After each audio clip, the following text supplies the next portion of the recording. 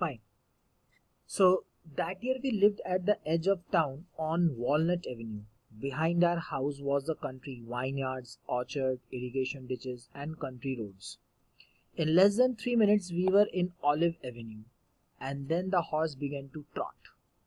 The air was new and lovely to breathe. The feel of the horse running was wonderful. My cousin Murad, who was considered one of the craziest members of our family, began to sing. I mean, he began to roar. Every family has a crazy streak in it somewhere, and my cousin Murad was considered the natural descendant of the crazy streak in our tribe. Before him was our uncle Khusro, an enormous man with a powerful head of black hair and the largest mustache in the San Joaquin Valley. A man so furious in temper, so irritable, so impatient that he stopped anyone from talking by roaring. It is no harm. Pay no attention to it. So Aram lived at the edge of the town on Walnut Avenue. That was his place where he used to live. There were orchards, vineyards, irrigation ditches, and country roads behind his house. There were Olive Avenue.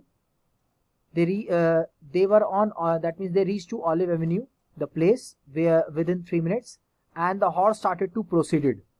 It means further. The air felt new and lovely to breathe. Aram felt wonderful sitting on the horse. He was very much, excitement. He was having too much excitement. The horse who was running. Murad started singing loudly. Oh my God, what singing? It seemed like he started roaring. He was considered one of the craziest Pagal members of the family. And this is one crazy person in every family. There is one crazy person in every family. And Murad was one of the natural descendant of crazy race in their tribe. Before Murad was Uncle Khusro was one huge man with black hair, largest mustache in the valley. He had an energetic temper. He was impatient, which was irritating. He used to make anyone stop by talking and roaring, say, it is no harm, pay no attention to it. So Aram जो है वो walnut Avenue में रहता था. वहां पर orchards थे, vineyards थे. ये ऑर्चर्ड्स होते हैं जो आपके बाग वगैरह हो गए. वाइनयार्ड्स थे, इरिगेशन डिचेस थे, खेत खलिहान थे, एंड कंट्री और गांव की सड़कें थी. थोड़ी 3 मिनट के अंदर वो ऑलिव एवेन्यू पहुंचे और हॉर्स ट्रॉट करना शुरू कर दिया. Trout mean proceed. अब वो आगे बढ़ने के लिए तैयार था कि अब मैं आगे चलूंगा. जब घोड़े अपने दोनों पैर आगे उठा देता है, पीछे के दो पैर मैंने कि उसके जमीन पे टेक देता है, तो उसे उस पोजीशन को बोलते हैं ट्रॉट. अब हवा जो है बिल्कुल नया था, लवली ब्रीथ, बेहतरीन था. आराम को बहुत वंडरफुल फील हो रहा था घोड़े पर बैठ के. मुराद भी मैंने कि गाना शुरू कर दिया. गाना क्या शुरू करता है, ऐसा वो दहाड़ रहा हूं, रोर. अच्छा, हर एक फैमिली में कोई ना कोई एक पागल कह दो या फिर बावला, क्रेजी स्ट्रीक, पागल या बावला ऐसा होता है, होते ही है. कजन मुराद उनमें से ही एक था. और ये नहीं कि वही है, उनसे पहले भी एक और है उनकी फैमिली में जो बावलों की तरह है. उनका नाम है अंकल खुसरो. बड़े अच्छे मोटे एनर्जेटिक बंदे हैं, ठीक है. टेम्पर, गुस्सा, हमेशा गुस्सा उनके नाक पर रहता है, एक तरह से इम्पेशेंट, उतावले से रहते हैं. और यही बात है दूसरों को इरिटेट करती है. और किसी को भी चुप कर देते थे एक ही बात बोल के, हाँ इट इज नो हार्म, इसमें कोई नुकसान नहीं है, ध्यान मत दो इसमें, चलो चलो. ये उनकी आदत थी. अब कहानी बड़ी इंटरेस्टिंग है यहाँ से. That was all, no matter what anybody happened to be talking about. Once it was his own son Arak running 8 blocks to the barber shop where his father was having his mustache trimmed to tell him their house was on fire. This man, Khusro, sat up in the chair and roared, "It is no harm, pay no attention to it." The barber said, "Arey, but the boy says your house is on fire, sir." So Khusro roared, "Enough, it is no harm, I say." My cousin Murad was considered a natural descendant of this man, although Murad's father was Zorab, who was practical and nothing else. That's how it was in our tribe. A man could be the father of his son's flesh, but that did not mean that he was also father of his spirit. The distribution of the various kind of spirit of our tribe had been from the beginning capricious and vagrant. We rode and my cousin Murad sang. For all anybody knew, we were still in the old country where, at least according to Some of our neighbors we belonged. We let the horse run as long as it felt like running. यहाँ पे दो word आया, capricious and vagrant. Capricious means a person who is inconsistent, जो अपनी जगह टिका हुआ है, उसका मूड कभी कभी भी बदल जाए. And vagrant means एक आदमी जो बिना घर या काम के सेटल्ड है, मतलब कि उसके पास कुछ काम धंधा कुछ नहीं, उसे बोलते हैं vagrant, right. So uncle Khusro was always the rigid, no matter. Uncle Khusro हमेशा एक रिजिड टाइप के होते थे, एक जिद्दी जिसे बोलते हैं.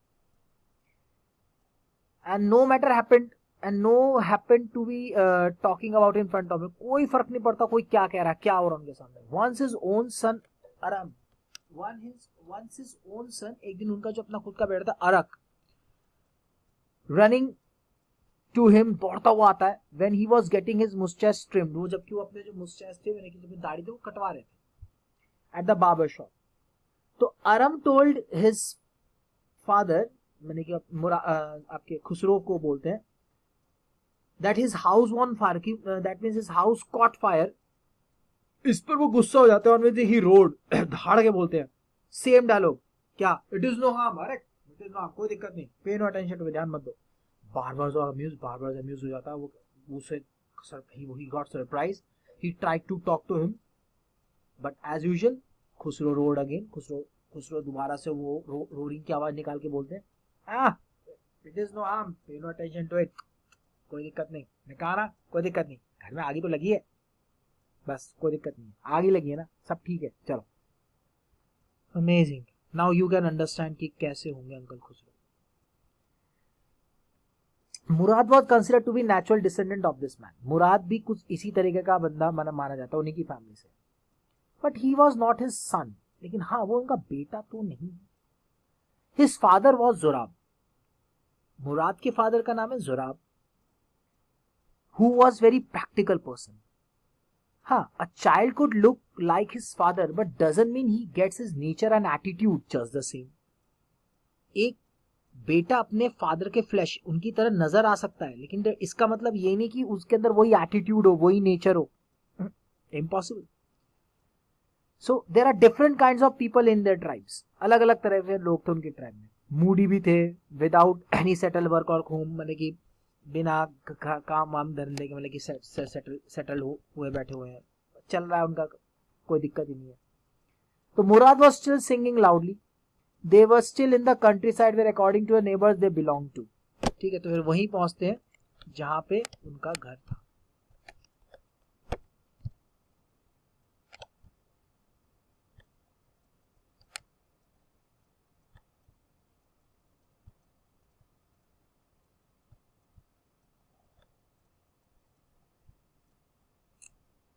आगे we belong, we let the horse run as long it felt right running. ठीक है, और वो हॉर्स को तेज भगा के लेके जाते हैं. At last my cousin Murad said, get down, I want to ride alone. Will you let me ride alone? I asked. That is up to the horse, my cousin said. Get down, the horse will let me ride, I said. We shall see, he said. Don't forget that I have a way with the horse. Well, I said, anyway, you have with the horse, I have also. For the sake of your safety, he said, let us hope so. Get down. All right, I said, but remember you have got to let me try to ride alone. I got down and my cousin Murad kicked his heels into the horse and shouted, Wazir, run. The horse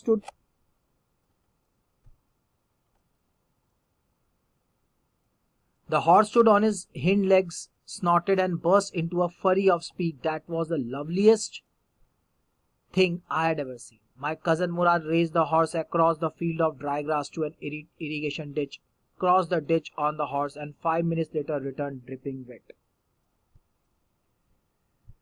So now, होता क्या है?